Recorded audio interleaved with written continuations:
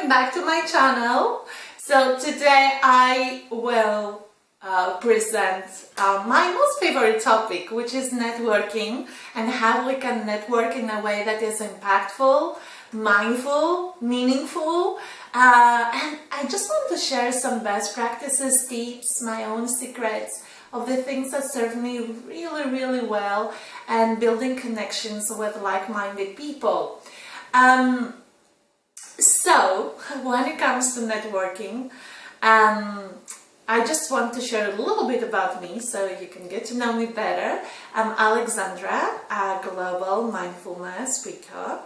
I'm the founder of Oxygen and a corporate well-being architect. I have worked with companies like Royal Bank of Canada, Wells Fargo, Hilton.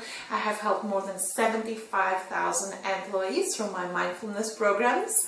And I have been a speaker in 25 summits and conferences.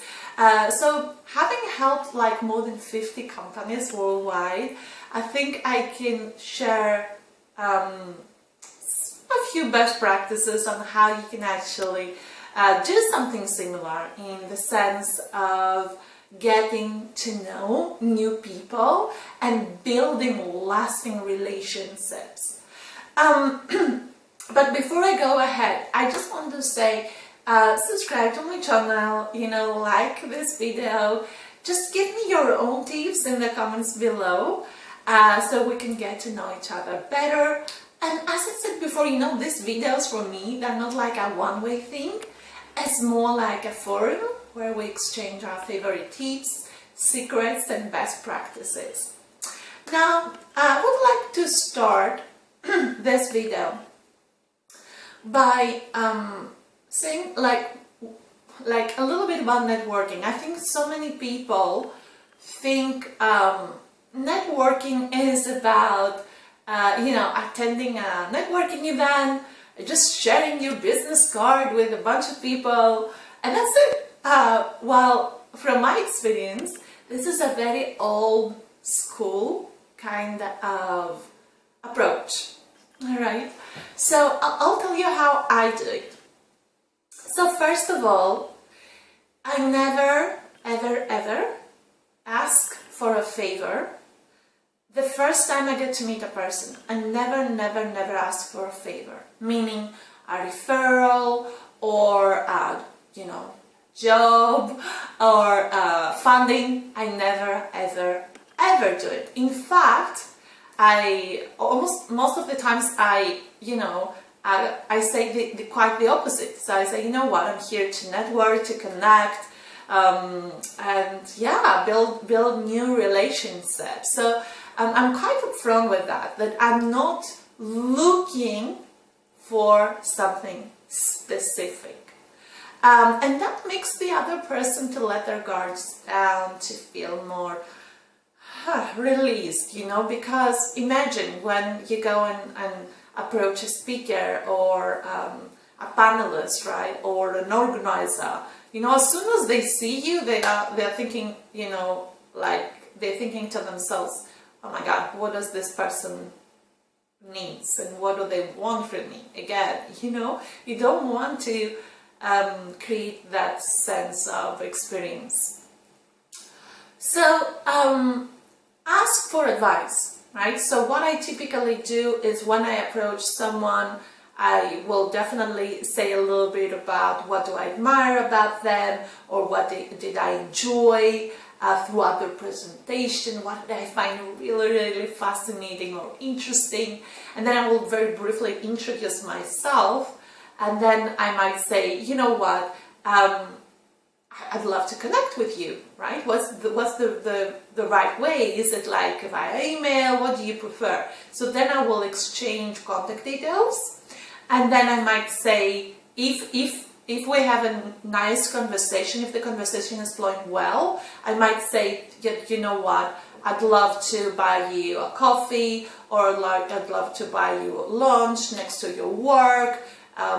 I'm very flexible when it comes to a date and time. I just want to hear your advice, or I just want to hear your thoughts on this topic, right? On X, whatever that is.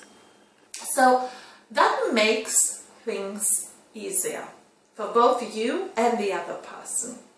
As soon as you connect, it's really important to send a message the very next day. That can be a handwritten note, that can be a short message via LinkedIn, might be, you can send a book. Sometimes, I send my mini book with, signed.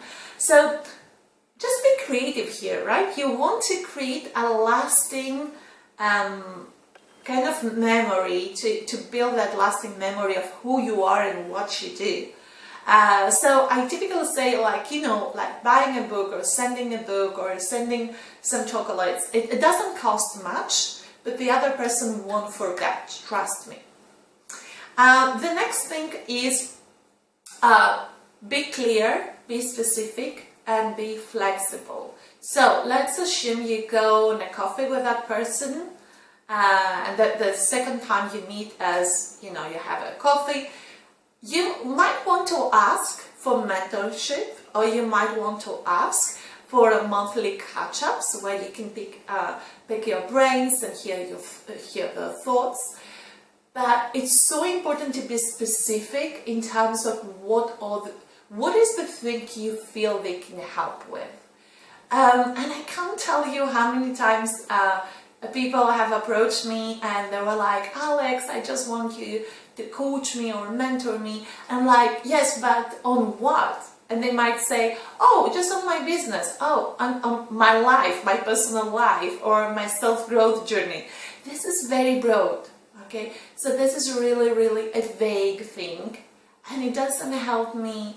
Like, if it is not specific, it doesn't make me excited. It doesn't make the other person you want to connect with excited. So you want to be clear, and you want to persist when it comes to the follow-up messages. Be creative with your follow-up messages.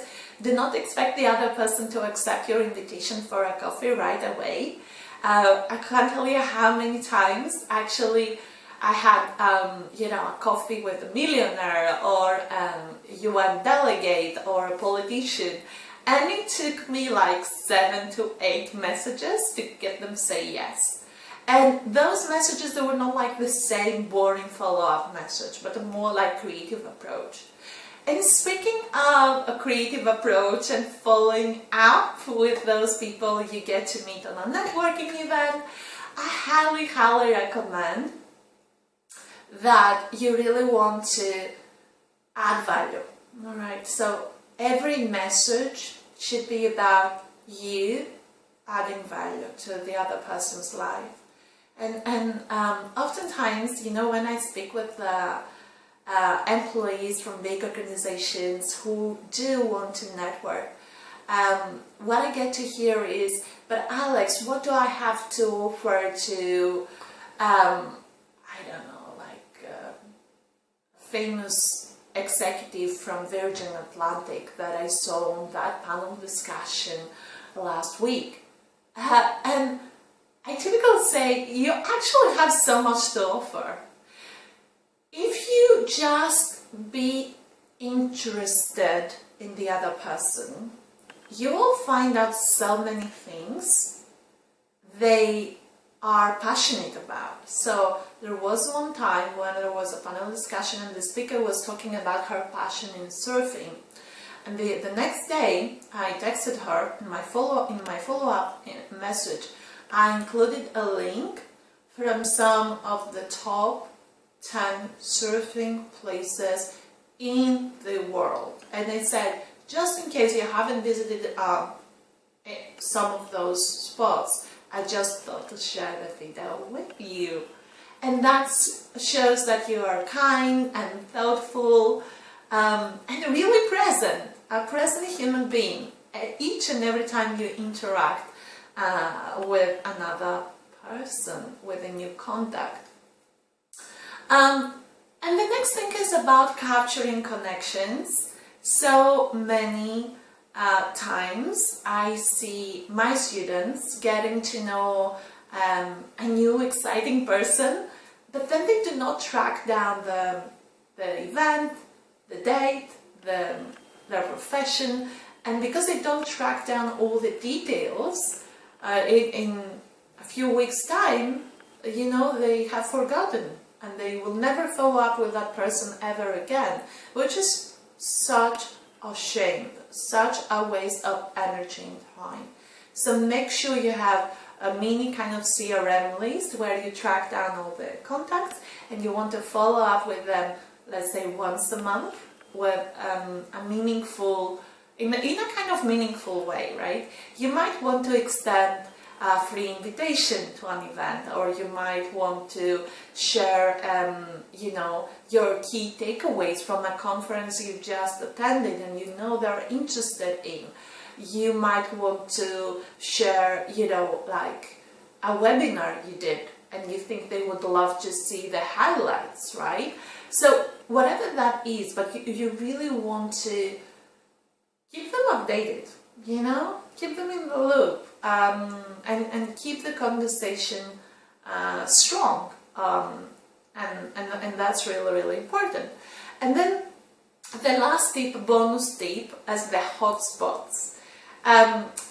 So many times, like if you go to the right place where your target audience hang out, and you go there and just watch and study, how do they greet each other, how do they connect, and by just going there on a regular basis, you get to see them more and more often, right? The staff, they will start to know you by your name.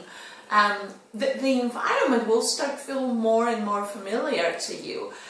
So be that person who goes to every event where your target audience loves going, loves attending, and be the last person who leaves the room. That's another thing. When you are on a networking event, do not just stay until the end, because you will get surprised how many people you will get to meet and connect on a deeper level by just putting the effort, by just going the extra mile, by just investing your time a little bit more than the rest of the people in the same room. I hope you enjoyed it. I hope that you found this video helpful and informative. And if you did, just subscribe to my channel, like this video, just leave your comment below. And my intention is honestly to keep sharing with you information and best practices, some key strategies that I know they can be really helpful. So try those, let me know what worked best, and until the next video,